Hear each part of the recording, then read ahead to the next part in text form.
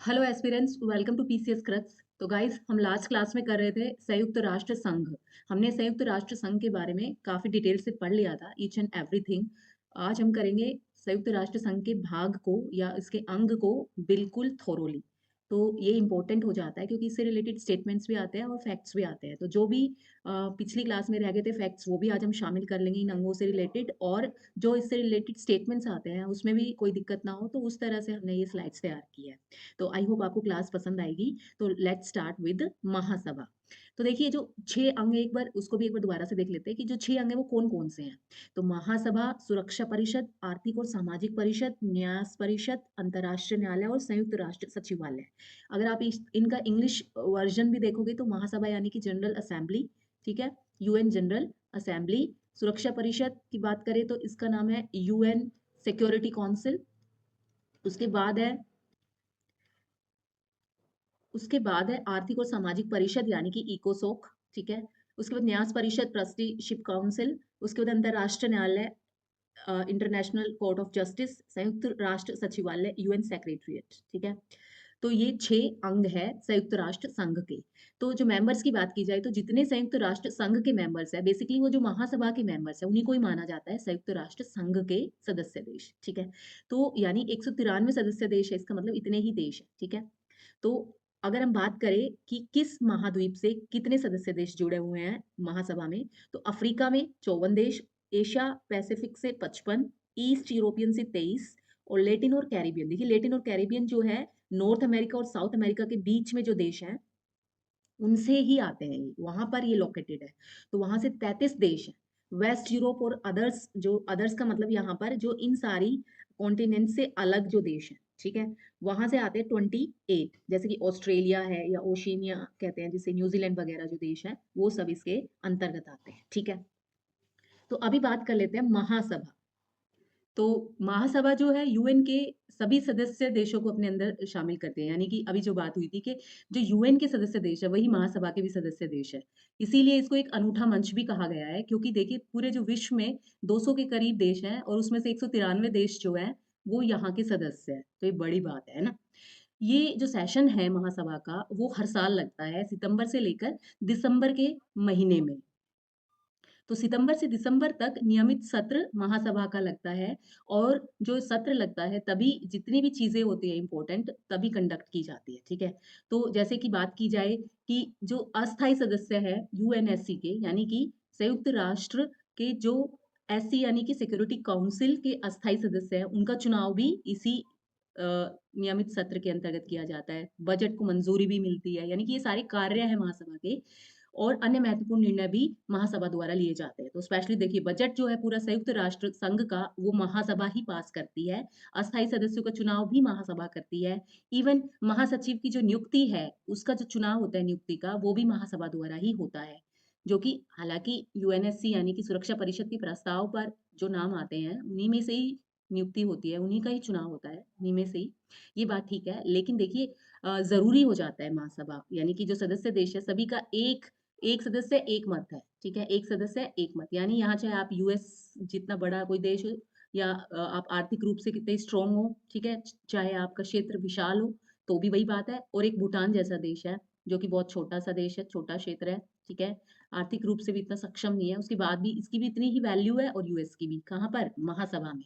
हर जगह की बात नहीं हो रही है, लेकिन महासभा में सेम है। सभी देशों की या सभी सदस्य देशों की सेम वैल्यू है उनके वोट की, ठीक है। ये 1945 में बना था महासभा। और 51 सदस्य थे शुरू में, ये 51 सदस्य थे 1945 में, अभी 193 हो गए। तो ये फैक्ट है, आपको ध्यान रखना चाहिए। जो लास्ट सदस्य 51 वो पोलैंड था, ठीक है। भारत भी संस्थापक सदस्य देशों में शामिल था, जो कि अक्टूबर 2020 में सदस्य बना था, ठीक है। हेडक्वार्टर जो है महासभा का वो न्यूयॉर्क में है। अब यहाँ पर आपको याद रखने वाली चीज ये भी है कि जितने भी यूएन के 6 के 6 अंग है उनमें से जो 5 अंग है वो न्यूयॉर्क में है, ठीक है, वो न्यूयॉर्क में है। जबकि जो एक अंग है that is ICJ, international court of justice, ये द हेग में स्थापित है, ठीक है, HEGA, ठीक है, हेग में। यानी कि द नीदरलैंड्स, नीदरलैंड्स में, जो कि पहले नीदरलैंड का नाम था हॉलैंड, अगर आपको याद है तो, ठीक है। तो पोलैंड ही नीदरलैंड है, उसका नाम बदल गया। तो द हेग में इसका हेडक्वार्टर आईसीजे का है। अदरवाइज सारे के सारे जितने भी अंग हैं वो सभी के हेडक्वार्टर्स जो है वो न्यूयॉर्क में है, ठीक है। आपको ध्यान रखना है, ये इंपॉर्टेंट फैक्ट है। उसके बाद वर्तमान जो अध्यक्ष है महासभा की, वो भी बहुत इंपॉर्टेंट हो जाते हैं, जो कि 80वें अध्यक्ष है, जो कि है अन्ना लेना बैरबॉक। ये फीमेल है, ठीक है। और ये कहाँ से बिलोंग करती है? जर्मनी से। और इनका जो चुनाव है वो 9 सितंबर 2025 में हुआ है। देखिए प्रत्येक वर्ष नियमित सत्र कब कंडक्ट हो रहे हैं? सितंबर से दिसंबर। तो सारे जो भी प्रोमिनेंट निर्णय या जरूरी जो निर्णय हैं वो कब लिए जाएंगे? इसी समय के दौरान लिए जाएंगे, ठीक है। इस सत्र के दौरान ही लिए जाएंगे। तो ये आपको ध्यान रखना है कि ये इंपॉर्टेंट हो जाते हैं सत्र। तो जो वर्तमान अध्यक्ष है, क्योंकि जितने भी वन डे एग्जाम्स हैं उसमें पूछे जाने वाले प्रश्नों में से एक है ये कि महासभा के अध्यक्ष कौन है या किस देश से बिलोंग करते हैं, ठीक है। और कौन से नंबर की है? तो 80वें नंबर की है जर्मनी की अन्ना लेना बैरबॉक। तो अन्ना नाम बहुत ही आप जानकार है, आपको पता ही है, जो 2013 में आंदोलन हुआ था, तो अन्ना जी ने किया था हमारे देश में। तो उसी से रिलेटेड आप कर सकते हो कि महासभा, वो भी एक महासभा, एक महारेवोल्यूशन था। तो आप इसी से इसको जोड़ सकते हो, ठीक है। उसके बाद प्रत्येक सदस्य का एक मत, ये हम कर ही चुके हैं। उसके बाद अधिकांश जो निर्णय है वो साधारण बहुमत द्वारा होते हैं। तो महासभा में जितने भी निर्णय लिए जाते हैं एक्सेप्ट बजटीय प्रश्न, यानी कि बजट से रिलेटेड जो प्रश्न है, या यूनाइटेड नेशन सिक्योरिटी काउंसिल से रिलेटेड जो क्वेश्चन है, या इकोसोक के चुनाव। आपको पता नहीं इकोसोक में भी 54 मेंबर्स होते हैं, तो उनका चुनाव किया जाता है। तो इन अ, 3 अगर जगहों की बात की जाए, या ये एक्सेप्शंस हैं, बजट, यूएनएससी, इसके अस्थायी सदस्य जो चुने जाते हैं वो, ठीक है। और इकोसोक के चुनाव के समय जो कि 54 सदस्य चुने जाते हैं। तो इन तीनों स्थितियों में 2/3 बहुमत की जरूरत होती है, अदरवाइज साधारण बहुमत से काम चल जाता है, ठीक है। अब बात कर लेते हैं कि महासभा की मुख्य समितियां कौन-कौन सी है। तो मुख्य समितियां बेसिकली 6 हैं। वैसे ये आपको बड़ी जल्दी से याद हो जाएगी। मैं लिखकर इसलिए ले आई कि हो सकता है कहीं से अटक जाए प्रश्न, तो आपको एक एक्स्ट्रा एज मिल जाएगी अगर आपने ये क्लास ली होगी तो, है ना? तो कुछ तो फायदा होना चाहिए ना क्लास लेने का। बाकी की चीज़ें तो बहुत कॉमन है, सभी पढ़ लेंगे। तो ये एक्स्ट्रा है। निरस्त्रीकरण व अंतर्राष्ट्रीय सुरक्षा जो पहली समिति है, तो नाम जो मैंने नंबरिंग डाली हुई है ना, वो उसी सीक्वेंस में है। तो सबसे पहली जो समिति बनी है वो निरस्त्रीकरण व अंतर्राष्ट्रीय सुरक्षा से रिलेटेड है। जो दूसरी समिति बनी है वो आर्थिक व वित्तीय है। भाई देखिए, ध्यान से देखिए, भाई अंतर्राष्ट्रीय सुरक्षा सबसे पहला ध्येय होगा ना वहाँ उसका यूएन का, तो इसीलिए यहाँ पर ये पहली समिति होगी। फिर उसके बाद पैसा चाहिए, तो इसलिए आर्थिक व वित्तीय बनी। फिर उसके बाद भाई पैसे आ गए, सामाजिक, मानवीय व सांस्कृतिक जो है वो थर्ड समिति है। फिर फोर्थ समिति जो है वो विशेष राजनीतिक व उपनिवेशवाद से रिलेटेड है ना। उपनिवेशवाद बहुत ज्यादा सेकेंड वर्ल्ड वॉर के बाद तक आप देख रहे होगे, बहुत हर देश का कोई ना कोई कॉलोनी था। जो भी बड़े देश हैं उनकी सबकी कॉलोनीज थे, यानी कि उपनिवेशवाद बहुत ज्यादा फैला हुआ था विश्व भर में। तो इसलिए ही जरूरी हो गया था उपनिवेशवाद से रिलेटेड समितियां बनाना। तो सेकेंड वर्ल्ड वॉर के बाद मैक्सिमम कॉलोनीज जो है वो एक स्वतंत्र राज्यों में कन्वर्ट कर दी गई। वो इसके पीछे भी रीजंस संयुक्त राष्ट्र संघ भी है, ठीक है। उसके बाद पांचवी जो समिति है वो है प्रशासनिक व बजटीय समिति, ठीक है। बजट हर वर्ष पेश किया जाता है, ये भी आपको पता है। प्रशासन से संबंधित है ये, कि किस तरह से प्रशासन होगा महासभा का या यूएन का। उसके बाद जो छठी है वो है कानूनी, ठीक है। तो ऐसा तो नहीं कि कोई कुछ भी कर लेगा, तो यहाँ पर भी अंतर्राष्ट्रीय कानून के द्वारा ही सारे नियम कायदे से ही सारी चीजें कंडक्ट की जाती है, ठीक है। उसके बाद आपको याद रखना है कि सभी सदस्य देशों का यहाँ पर प्रतिनिधित्व है सभी समितियों में। तो हर देश कहीं ना किसी समिति का सदस्य जरूर है। तो ये आपको ध्यान रखना है। इसके अलावा भी 2 समितियाँ हैं, सामान्य समितियाँ और क्रेडेंशियल समितियाँ। ये सिर्फ नाम के लिए है, ठीक है, आप याद रख सकते हो। अदरवाइज़ इससे रिलेटेड ज़्यादा चीज़ें नहीं हैं। अब हम बात करेंगे यूएनएससी, यानी कि सुरक्षा परिषद, यानी कि संयुक्त राष्ट्र सुरक्षा परिषद। संयुक्त राष्ट्र सुरक्षा परिषद, यूनाइटेड नेशंस सिक्योरिटी काउंसिल, ठीक है। ये बहुत इंपॉर्टेंट अंग है भाई, यही इंपॉर्टेंट अंग है। महासभा से भी ज़्यादा इंपॉर्टेंट हो जाता है, क्योंकि यहाँ ये जो यूएन है वो चलता ही सुरक्षा परिषद की वजह से है। क्योंकि ये जो देश हैं, 5 जो देश हैं, जिनके द्वारा, ये जो स्थायी सदस्य देश हैं, जिनके द्वारा पत्ता, अगर ये चाहे तो पत्ता भी ना हिले, ठीक है। इनमें से कोई एक भी मुंह फुला फुला के बैठ जाए, या वो इंटरेस्टेड ना हो उस चीज को करने में, तो वो वीटो का इस्तेमाल करता है और सारी हवा को रोक देता है, ठीक है। तो यानी कि ये एक महत्वपूर्ण अंग हो जाता है यूएन का, ठीक है। शांति व सुरक्षा बनाए रखना इसका मौलिक कर्तव्य भी है और कार्य भी है, ठीक है। हालांकि कई बार ये फेल हुआ है, लेकिन बहुत जगह ये सुरक्षा बनाए रखने में भी सक्षम हुआ है, ठीक है। 15 देश सदस्य देश हैं इसके, 5 स्थायी और 10 अस्थायी। 2 साल की अवधि के लिए चुने जाते हैं जो 10 अस्थायी सदस्य देश हैं, ठीक है। तो अभी 15 में से जो 10 हैं वो हर 2 साल के बाद चुने जाते हैं। 2 साल के बाद चेंज होते रहते हैं, ठीक है? तो आपको ये ध्यान रखना है। तो जो 5 स्थायी सदस्य देश हैं वो सबको पता है, यूएस यानी कि अमेरिका, यूके यानी कि ब्रिटेन, रशिया, फ्रांस और चीन, ठीक है? अब बात कर लेते हैं, जब कोई भी निर्णय के लिए या शांति सुरक्षा से रिलेटेड कोई भी जब यूएनएससी में मामला आता है तो इस पे किस बहुमत का काम चलता है? देखिए, टोटल कितने सदस्य देश है? 15। 15 में से जो बहुमत है वो चाहिए 9 का। अब इस 9 में शामिल होने चाहिए 5 स्थायी प्लस 4 कम से कम अस्थायी में से। तो यानी कि 10 में से अस्थायी कितने हैं? 10 है, ठीक है? तो जो 10 अस्थायी हैं, उसमें से अगर 4 भी होंगे, तो भी बात बन जाएगी, ठीक है? लेकिन ये 5 जो स्थायी सदस्य हैं, वो इस किसी भी निर्णय को लेने के लिए वो तैयार रहने चाहिए। अदरवाइज़ उनमें से कोई एक भी नहीं मानेगा उस कार्य को करने के लिए, तो वीटो का यूज़ हो जाता है वहाँ पे। और वीटो यूज़ का मतलब है कि मामला ठंडे बस्ते में, ठीक है? यानी कि उसके अगेंस्ट मान लो कोई आतंकवाद रोधी कोई अगर हम बात करें पाकिस्तान की, आतंकवाद से रिलेटेड कोई कानून या कोई बैन लगाना चाहता है यूएनओ, ठीक है? तो एक प्रस्ताव लाया जाएगा यूएनएससी में मान लो, ठीक है? कि भई पाकिस्तान को या इसी तरह के और किसी देश को बैन किया जाए, उसको कोई भी एड नहीं मिलनी चाहिए, किसी भी संस्था से कोई फाइनेंशियल एड भी नहीं मिलनी चाहिए, ठीक है? तो कोई सपोर्ट सिस्टम नहीं मिलना चाहिए, जब सपोर्ट सिस्टम खत्म किया जाएगा तभी आतंकवाद वहाँ से दूर होगा। तो इस तरह का प्रस्ताव यूएनओ में आता है, यूएनएससी में आता है।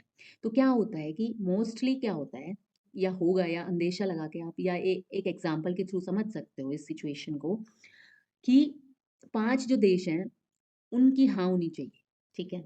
अब होता क्या है कि वो जो बाकी के जो 10 अस्थायी देश है, उसमें से तो मान लो 10 के 10 मान रहे हैं, भई ये बात बिल्कुल सही है, बैन लगना चाहिए। लेकिन देखिए इन 5 देशों में से मान लो 4 देश मान रहे हैं, यूएसए भी कह रहा है भई चलो ठीक है, करो बैन, यूके भी कह रहा है चलो करो बैन, रशिया भी कह रहा है चलो करो बैन, फ्रांस भी कह रहा है करो बैन। लेकिन जो चाइना है वो कह रहा है भाई नहीं, नहीं, क्योंकि ये तो इंडिया के अगेंस्ट ही बात करेंगे चाइना और पाकिस्तान, ठीक है? तो चाइना ने स्टेप आउट कर लिया। तो देखिए 15 में से 14 इसके पक्ष में है, लेकिन एक मेंबर पक्ष में नहीं है।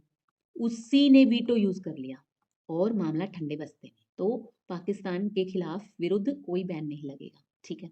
तो आई होप अब आपको समझ आ गया होगा। तो जो हेडक्वार्टर है इसका सुरक्षा परिषद का वो न्यूयॉर्क में है। अभी हमने बात करी आईसीजे यानी कि इंटरनेशनल कोर्ट ऑफ जस्टिस का द हेग में है। अदरवाइज़ सभी 5 अंगों का हेडक्वार्टर न्यूयॉर्क में है, ठीक है? अब बात कर लेते हैं कि आजकल जो सुरक्षा परिषद से रिलेटेड या संयुक्त राष्ट्र से रिलेटेड जो भी करंट चीज़ें जुड़ी हुई हैं या तो चाहे वो कोई सदस्य बना हो या कोई अध्यक्ष बना हो या और भी कई चीज़ें हमें जाननी चाहिए जो भारत से रिलेटेड भी है यूएन से, तो वो भी हमें जाननी चाहिए। उससे रिलेटेड भी क्वेश्चंस आ सकते हैं, तो वो हम इन स्लाइड्स में जानेंगे। तो गाइस जो सुरक्षा परिषद है उसमें जो महासभा है वही चुनाव करती है 10 सदस्यों की, ये हमने बात की, ठीक है? तो 1 जनवरी 2026 में 2 साल के कार्यकाल के लिए अभी 5 अस्थायी सदस्य चुने गए हैं। तो जो 5 नए हैं वो तो ये हैं Bahrain, Colombia, Democratic Republic of Congo, Latvia और लाइबेरिया, ठीक है? इसके अलावा जो पहले से यानी कि जो 2025 में चुने गए 2 साल के लिए, वो कौन से थे? डेनमार्क या 2025 के लिए चुने गए डेनमार्क, ग्रीस, पाकिस्तान, पनामा और सोमालिया, ठीक है? ये 5 पहले से थे, अभी 5 है, यानी कि टोटल मिला के जो 10 अस्थायी सदस्य हैं, इनके नाम आपको याद रहने चाहिए, ठीक है? तो यहाँ पर तो डेनमार्क जो था, ये कहाँ है? यूरोपियन कंट्री है, यूरोप से। ग्रीस है, ये भी यूरोपियन है, ठीक है? पाकिस्तान एशियन कंट्री हो गया। पनामा जो है, वो हो गया आई थिंक ये साउथ अमेरिकन कंट्री, ठीक है? उसके बाद सोमालिया जो है वो आपको पता ही है अफ्रीकन कंट्री है, ठीक है? तो इस तरह से ये चुने गए। अब बहरीन जो है वो एशियन कंट्री है, एशिया से। कोलंबिया है जो साउथ अमेरिका, ठीक है? Democratic Republic of Congo African country है, अफ्रीका से। लातविया है यूरोप से। लाइबेरिया भी यूरोप से, ठीक है? तो ये सारे इस तरह से चुने गए हैं, तो आपको ध्यान रहेगा मैंने कॉन्टिनेंट के नाम इसलिए डाल दिए साथ में जिससे कि आपको और अच्छे से ध्यान में रहे, ठीक है? अब इसके अलावा जो 2025 में जो महत्वपूर्ण अपडेट्स हैं संयुक्त राष्ट्र से रिलेटेड वो भी एक बार देख लेते हैं। ये बहुत इम्पोर्टेंट हो जाता है, इस तरह के क्वेश्चन आते हैं कि पाकिस्तान को किस चीज़ के लिए यूएनएससी में चुना गया है। तो पाकिस्तान को वर्ष 2025 के लिए यूएनएससी यानी कि संयुक्त राष्ट्र सिक्योरिटी काउंसिल के 1988 के तालिबान प्रतिबंध समिति का जो अध्यक्ष है वो नियुक्त किया गया है पाकिस्तान को, ठीक है। यानी आपको ध्यान रखना है यूएनएससी 1988 तालिबान प्रतिबंध समिति का अध्यक्ष नियुक्त किया गया है पाकिस्तान को। अब आप देखोगे 1988 यानी कि 1988 में बना था क्या तालिबान प्रतिबंध समिति? नहीं, ये 1988 बेसिकली यूएनएससी का प्रस्ताव संख्या है, ये प्रस्ताव संख्या है, ठीक है। बनी तो ये 2011 में थी, ठीक है। गैर सदस्य या गैर स्थायी सदस्य है ये, ठीक है। ये आपको ध्यान रखना है, गैर स्थायी सदस्य भी बना, कब बना था देखिए, बना था ना पाकिस्तान, और 2025 में ही यूएनएससी 1988 प्रस्ताव संख्या के लिए भी ये अध्यक्ष चुना गया है इस समिति का, ठीक है। ये आपको दोनों फैक्ट याद रखने हैं दो। और ये तीसरा जो है ये भी ध्यान रखना है कि जो आतंकवाद है, यूएनएससी के आतंकवाद रोधी समिति है, उसके उपाध्यक्ष के रूप में भी इसको चुना गया है। अब ये तो देखो भाई बड़ी आयरनी है कि खुद पाकिस्तान आतंकवादग्रस्त है, खुद आतंकवाद फैलाता है और इन्हीं को ही उपाध्यक्ष के रूप में चुन लिया गया है। हालांकि मुझे इससे ना एक एग्जाम्पल याद आता है कि मैं क्लास में पता क्या करती हूँ, कि जो शरारती बच्चा होता है ना, जो सबसे शरारती बच्चा होता है, उसको मॉनिटर बना दो, उसको मॉनिटर बना दो, ये स्ट्रैटेजी होती है, ठीक है। उसको मॉनिटर बना दो कि भाई तू सबको चुप कराएगा, कोई क्लास में हंगामा नहीं होना चाहिए। तो इसके दोनों आपको साइड देखने पड़ेंगे, या तो वो मॉनिटर बच्चा है, वो जो शरारती बच्चा है वो सबको पीटेगा, है ना, वो पीटेगा, वो अपना बदला उतारेगा क्योंकि वो अब तो मॉनिटर हो गया, टीचर के एब्सेंस में उसका फायदा उठाएगा अपनी पावर का। या दूसरा ये भी हो सकता है कि वो सुधर जाए, ठीक है, वो भी शांत रहे और दूसरों को भी शांत रखे और उसको ये रियलाइज़ हो जाए कि भाई कितना मुश्किल है और बच्चों के साथ टैकल करना, शरारती बच्चों के साथ, तो मेरे साथ भी ये समस्या है, तो मुझे सुधरना चाहिए, ठीक है। तो दोनों सिचुएशंस हो सकते हैं। लेकिन पाकिस्तान के साथ जो दूसरी सिचुएशन है वो तो हो नहीं सकती। पहली सिचुएशन ये होगी कि वो और ज़्यादा उपद्रवी बन जाएगा और ज़्यादा साहस आ जाएगा उसमें। अब हम बात कर लेते हैं एक बार यूएनएससी में भारत की भागीदारी कब-कब रही है, ठीक है? यानी कि हम अस्थायी या गैर सदस्य के रूप में कब-कब यूएनएससी के मेंबर रहे हैं। तो जो 10 अस्थायी सदस्य यूएनएससी के, हम 1950-51 में रहे, ठीक है? जब चाइना को स्थायी सदस्यता दी गई थी ना, उस वक़्त हम अस्थायी सदस्य थे। 1967-68 और 72-73 इस टाइम ये इंदिरा गांधी का टाइम था, ठीक है? आपको याद रहेगा इस तरह से अगर आप चीज़ों को लगातार जोड़ कर पढ़ोगे तो 77-78 मोरारजी देसाई, ठीक है, देसाई जी। 1984-85 जो है वो राजीव गांधी जी के टाइम, ठीक है। 91-92 पीवी नरसिम्हा राव, ठीक है। 11-12 मनमोहन सिंह, डॉक्टर मनमोहन सिंह, और 21-22 मोदी जी, ठीक है। तो इनके कार्यकाल में ये सदस्यता हमें मिली है। तो यहाँ पर अगर आप देखो, यहाँ तो बहुत आसान है, देखो 91-92, 11-12, 21-22, तो लास्ट की 3 तो आपको पक्का याद हो जाएगी क्योंकि 10-10 साल के गैप पर है, ठीक है। और बिल्कुल स्टार्टिंग डेकेड का बिल्कुल स्टार्टिंग पॉइंट है ना, वहाँ से ही स्टार्ट है, ये तो बहुत आसान है। और ये जो फर्स्ट है ये भी याद हो जाएगी कि ये भी बिल्कुल शुरू में 50-51, ठीक है। अब जो बीच की है वो थोड़ा-सा ध्यान रख लेना भाई, ठीक है। अब क्वेश्चन आता है कि 1988 तालिबान प्रतिबंध समिति क्या है? देखिए हमने पीछे तो पढ़ ही लिया, मैंने बता भी दिया था, ज़िक्र भी हो गया था, बट इसको थोड़ा और अच्छे से पढ़ लेते हैं कि ये है क्या? बेसिकली जो यूएन की सिक्योरिटी काउंसिल है, उसके जो प्रस्ताव संख्या है 1988, उसके तहत ये स्थापित की गई, इसीलिए इसका नाम 1988 है, ठीक है? 1988 तालिबान प्रतिबंध समिति। बेसिकली ये यूएनएससी के द्वारा अफ़गानिस्तान में शांति व सुरक्षा और स्थिरता बनाए रखने के लिए इसका गठन किया गया था, ठीक है? इसमें क्या है, क्या काम करेगी ये समिति की, संपत्ति फ्रीज कर सकते हैं। वहाँ जो लोग तालिबान को एक तरह से हेल्प कर रहे हैं किसी भी तरह से, चाहे वो देश के लोग हो, चाहे विदेशी लोग हैं, किसी भी तरह वो यात्रा करना चाहते हैं अपने तालिबान की जो प्रोपेगेंडा है उसको बढ़ाने के लिए किसी और अन्य देश में, या कोई ऐसी आतंकवादी गतिविधि में संलिप्त है जो लोग, तो उनके यात्रा और हथियार प्रतिबंध, उनके बहिष्कार करना उनका, ये सब इसके अंदर शामिल है। यानी कि जो तालिबान से जुड़े हुए हैं उनकी निगरानी करना बेसिकली इस समिति का काम है। प्रतिबंध समिति है ना, प्रतिबंध लगाना। और इसके अंदर जो सदस्य देश हैं वो यूएनएससी के सारे 15 सदस्य देश शामिल हैं, ठीक है, 15 के 15। अब हमने देखा कि पाकिस्तान उपाध्यक्ष कैसे बन गया इसका, पाकिस्तान जो अध्यक्ष बन गया, सॉरी अध्यक्ष कैसे बन गया, तो जो 10 अस्थायी सदस्य देश है ना, उनमें से कोई भी, और प्लस 5 स्थायी सदस्य देश, उनमें से 15 में से कोई भी अध्यक्ष बन सकता है।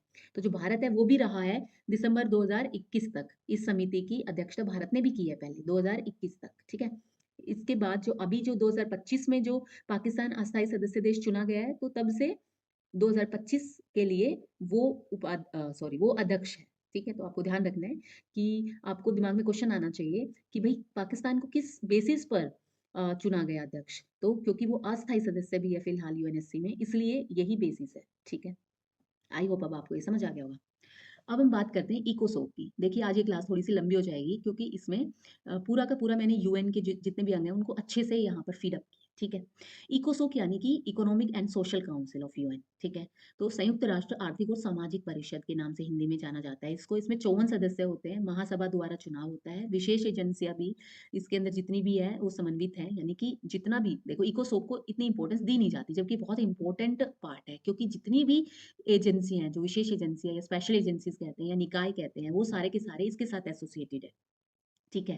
जैसे कि आईएलओ की बात करें, एफएओ की बात करें, UNESCO, UNICEF, WTO, WHO, World Bank, IMO, विपो, इसके अलावा और भी बहुत सारे एटसेट्रा लिख देती हूँ मैं।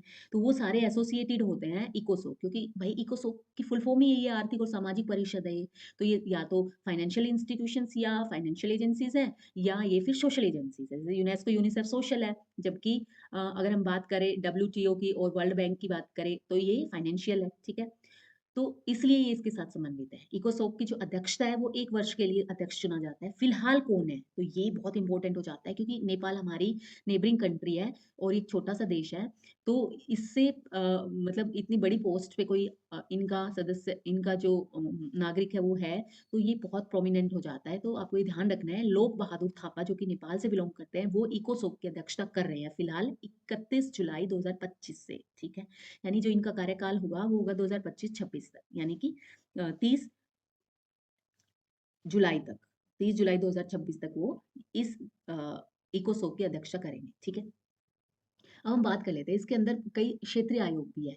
जो क्षेत्रीय आयोग है उनके नाम एक बार क्योंकि कई बार आता है क्वेश्चन में कि कितने हैं, तो 5 क्षेत्रीय आयोग है बेसिकली तो इनके अंतर्गत ही काम करती है। तो जो हमारा पूरा जो विश्व है उसको 5 क्षेत्रों में बाँटा गया है, ठीक है? जिस तरह से हमारे देश में क्षेत्रीय परिषदें हैं ना, उसी तरह से क्षेत्रीय आयोग है यूएन का, इकोसोक जो कि उसके अंतर्गत समन्वित करता है इन पाँचों आयोगों को, ठीक है? तो पहला अफ्रीका के लिए, फिर एशिया और प्रशांत के लिए, ठीक है? जो एरिया है मैं उसकी बात कर रही हूँ, यूरोप के लिए और लैटिन अमेरिका और कैरिबियन के लिए जहाँ-जहाँ से देश आपने जब फर्स्ट स्लाइड में पढ़ा ना कहाँ-कहाँ से देश कितने किस कॉन्टिनेंट से आ रहे हैं, ये उन्हीं क्षेत्रों उन्हीं 5 क्षेत्रों से रिलेटेड सारे आयोग हैं। पश्चिमी एशिया और पश्चिम एशिया के लिए और जो बाकी की जो जगह बची हुई है उनके लिए, ठीक है? तो अफ्रीका के लिए आर्थिक आयोग इसको बोलेंगे ईसीए, ठीक है? यानी कि इकोनॉमिक कमीशन फॉर अफ्रीका, ठीक है? इसी तरह से ESCAP economic economic and social commission for Asia Pacific, ठीक है? ईसीई यानी कि आर्थिक आयोग है तो इकोनॉमिक कमीशन फॉर यूरोप और यहाँ पर economic commission for Latin American countries या एंड कैरिबियन कंट्रीज, ठीक है? उसके बाद है यहाँ पे economic and social commission for West Asia, ठीक है? इसके अलावा जो अन्य निकाय है जो इसके साथ एसोसिएटेड है वो UNDP, UNEP, UNHCR, UNFPA, WFP, UN Habitat यानी कि ये सारे सामाजिक काम करते हैं, ठीक है? ये सारे के सारे सुधारवादी इंस्टीट्यूशंस हैं। अब हम बात कर लेते हैं अब हम बात कर लेते हैं इससे जो नेक्स्ट है उस स्लाइड में है यूनाइटेड नेशन ट्रस्टीशिप काउंसिल यानी कि न्यास परिषद जो नेक्स्ट अंग है वो है न्यास परिषद ये 1945 में इसका गठन किया जाता है देखिए जितने भी 6 के 6 अंग है वो सब 1945 में ही गठित है तो इसमें कोई कंफ्यूजन नहीं होना चाहिए इसका जो गठन है वो यूएन चार्टर अध्याय 13 के अंतर्गत है ठीक है 13 खतरा होता है 13 नंबर थोड़ा सा अनरियल होता है ना हमें लगता है इससे थोड़ा सा भय लगता है तो इसलिए आप यानी कि जहाँ पर भय है वहाँ पे न्याय ठीक है तो ऐसे याद रख सकते हो तो जो 11 ट्रस्ट एरिया वो स्थापित किए गए थे वो जो ट्रस्ट एरिया है वो 11 वो एक्चुअली वो क्या थे स्वतंत्र नहीं थे वो परतंत्र एरियाज थे पूरे विश्व के 11 एरिया को फाइंड आउट किया गया था लोकेट किया गया था कि इनको स्वतंत्र होना है तो इनके लिए ट्रस्टीशिप काउंसिल का गठन किया गया था जो कि 1994 तक रहा काउंसिल उसके बाद 1 नवंबर 1994 को इसने अपना कामकाज बंद कर दिया ठीक है क्योंकि सारे जो क्षेत्र थे 11 के 11 वो सब स्वतंत्र हो चुके थे और इसका जो काम था वो था न्यास क्षेत्रों की देखरेख करना यानी कि स्वतंत्रता व शासन प्राप्त होने तक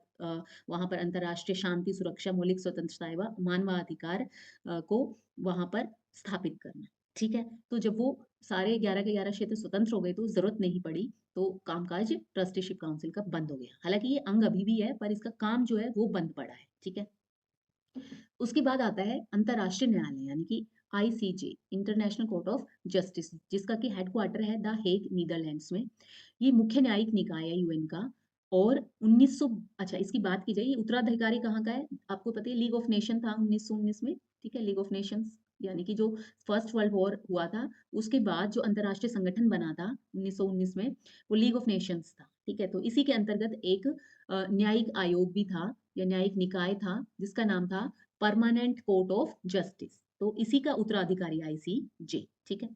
और ये परमानेंट कोर्ट ऑफ जस्टिस कब बना था? 1920 में। आईएलओ का नाम तो आपको याद ही हो, इंटरनेशनल लेबर ऑर्गेनाइजेशन, जो कि 1919 सबसे पुराना संगठन है अभी भी यूएन का, ठीक है? राज्यों के बीच कानूनी विवादों को हल करता है अंतर्राष्ट्रीय न्यायालय। यहाँ पर 15 न्यायाधीश हैं, ठीक है? अब आपको इसका स्ट्रक्चर देखना है अंतर्राष्ट्रीय न्यायालय का। कितने न्यायाधीश हैं? 15 न्यायाधीश हैं, जो कि 9 साल के लिए चुने जाते हैं। और चुनाव कहाँ होता है? सुरक्षा परिषद और जनरल असेंबली के द्वारा चुनाव होते हैं इन 15 न्यायाधीशों के। और 9 साल के लिए कार्यकाल होता है। हालाँकि दोबारा से भी एक ही बंदे का चुनाव किया जा सकता है, ठीक है? यानी कि इनको निष्कासित नहीं किया जा सकता, हटाया नहीं जा सकता। अभी तक कोई भी इस तरह का एग्ज़ाम्पल नहीं है कि किसी न्यायाधीश को हटाया गया हो, ठीक है? अब अपने देश का भी नाम दलजीत भंडारी जो है जस्टिस दलजीत भंडारी, जो अभी फ़िलहाल अंतर्राष्ट्रीय न्यायालय के 15 न्यायाधीशों में से एक है, ठीक है? ऑफ़िशियल जो लैंग्वेज है अंतर्राष्ट्रीय न्यायालय की, वो है इंग्लिश एंड फ्रेंच। यूएनओ की देखिए अलग है, ठीक है? लेकिन यहाँ पर ध्यान रखना है, ऑफ़िशियल लैंग्वेज जो है यहाँ की क्या है? English and French.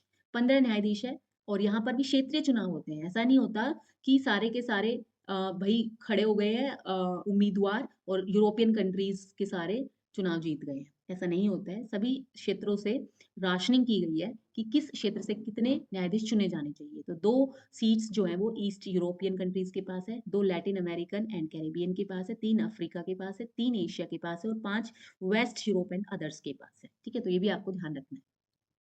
उसके बाद है संयुक्त राष्ट्र सचिवालय। सचिवालय यानी कि सेक्रेटेरिएट। तो सेक्रेटेरिएट जो है बेसिकली एक ऑफिस है यूएनओ का, ठीक है? तो इस ऑफिस भई ऑफिस है तो ये तो 24 घंटे कहो या इसको कहो कि ये जो है पूरे 12 महीने, ठीक है? पूरे 12 के 12 महीने चलता है, ठीक है? तो पूरे 12 महीने चलेगा, तो इसलिए ऑफ़िस हमेशा खुला रहना चाहिए। तो खुला रहना चाहिए इसीलिए इसको कहते हैं, ये प्रशासन चलाता है, ठीक है? तो इस प्रशासन को चलाने के लिए किसी प्रशासनिक अधिकारी की भी आवश्यकता होगी। तो जो मुख्य प्रशासनिक अधिकारी होते हैं, वो महासचिव होते हैं, यूएन महासचिव, जिसकी की नियुक्ति कौन करते हैं, चुनाव कौन करती है? महासभा, ठीक है? महासभा चुनाव करती है और रिकमेंडेशन होता है सुरक्षा परिषद का, ये आपको ध्यान रखना है, ठीक है? तो यूएन महासचिव व न्यूयॉर्क जो कर्मचारी है, यानी कि न्यूयॉर्क के अंदर क्योंकि हेडक्वार्टर्स इन सब के केंद्रित है, तो वहाँ जो भी ऑफ़िस के लिए इम्पोर्टेंट जो सदस्य चाहिए या मेंबर्स चाहिए या ऑफ़िसर्स चाहिए, वो वहाँ से जो आते हैं, वो सब शामिल है अंतर्राष्ट्रीय सॉरी संयुक्त राष्ट्र सचिवालय में, ठीक है? तो इनका जो काम है बेसिकली वही है शांति स्थापना, भई पूरे क्योंकि थ्रू आउट द ईयर ये प्रशासनिक अधिकारी है, पूरे साल ये वहाँ पर प्रशासन करते हैं, तो इसलिए इनका जो त्वरित काम है वो शांति स्थापना, आर्थिक व सामाजिक रुझानों की खोज और वैश्विक विवादों में मध्यस्थता करना है। तो आपने सुना होगा कि हर वक़्त 24 घंटे कौन एक्टिव रहते हैं? महासचिव और महासचिव फिलहाल कौन है? एंटोनियो गुटेरेस, ठीक है? एंटोनियो गुटेरेस जो कि पुर्तगाली है जो कि पुर्तगाल से है और दूसरा टेन्योर इनको मिला है और जो उप सचिव है, ये प्रधान सचिव बेसिकली जो एंटोनियो गुटेरेस है, ये प्रधान सचिव है, ठीक है? इनको कहेंगे प्रधान सचिव या महासचिव, ठीक है? एक ही बात है ये। तो महासचिव या प्रधान सचिव के नाम से जाने जाते हैं। उप सचिव जो है फिलहाल वो है अमीना जे मोहम्मद, ठीक है? ये एमडी यानी कि मोहम्मद। तो अमीना जे मोहम्मद जो है वो उप सचिव है, आपको ध्यान रखना है। वैसे तो ये क्वेश्चन आ नहीं सकता क्योंकि बहुत ही ज़्यादा अंदर डीप है ये, लेकिन फिर भी मुझे मिला ये फैक्ट तो मैंने यहाँ पे लिख दिया। जो दैनिक संचालन के काम है, वो करता है संयुक्त राष्ट्र सचिवालय, जानकारी और सुविधाएँ प्रोवाइड करता है, समन्वय स्थापित करता है, विभिन्न जो संगठन है या विभिन्न जो एजेंसीज़ हैं, ठीक है? उन सब के बीच में या कोई भी अचानक कोई प्रॉब्लम आ गई है तो यूएनएससी, यूएनजीए और इसके अलावा और भी जो पार्ट्स हैं, उनके बीच में जो समन्वय स्थापित करते हैं, वो भी सचिवालय ही करते हैं, महासचिव के द्वारा, ठीक है? आई होप अब आपको समझ आ गया होगा ये।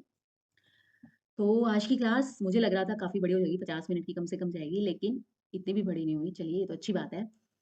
तो मिलते हैं नेक्स्ट क्लास में। आई होप आपका यूएनओ जो है वो कंप्लीट हो गया। आपको अब कोई प्रॉब्लम नहीं आएगी। इससे पहले वाली जो क्लास है वो भी देख लीजिएगा और ये यूएनओ का पार्ट 2 था। ये भी आपने अच्छे से समझ लिया होगा, ये मुझे आशा है और इससे बाहर कोई क्वेश्चन नहीं जाएगा। इसमें सारे करंट भी मैंने अपडेट कर दिया है, तो आपको कहीं पर भी भटकने की कोई आवश्यकता नहीं है। ठीक है? मोस्ट प्रोमिनेंट जो है वो यूएनसी है। यूएनएससी के जो 10 अस्थायी सदस्य चुने गए हैं, उनके नाम याद रख लेना। पाकिस्तान 2025 में बहुत इंपॉर्टेंट रोल प्ले कर रहा है, अध्यक्ष और उपाध्यक्ष के रूप में। और अस्थायी सदस्य भी है वो यूएनएससी का, तो वहाँ पर आपको ध्यान रखना है। भारत से रिलेटेड क्वेश्चन आ सकता है, क्या भारत भी कभी अध्यक्ष रहा है? तो दिसंबर 2021 तक वो रहे थे, हमारा जो देश है अध्यक्ष आतंकवाद विरोधी जो समिति है उसका, ठीक है? तो इसका मतलब सारी चीज़ें हमने यहाँ पे जोड़ ली। तो चलिए आज की क्लास यहीं पे खत्म करते हैं, नेक्स्ट क्लास में मिलते हैं। तब तक के लिए tata, bye bye, take care.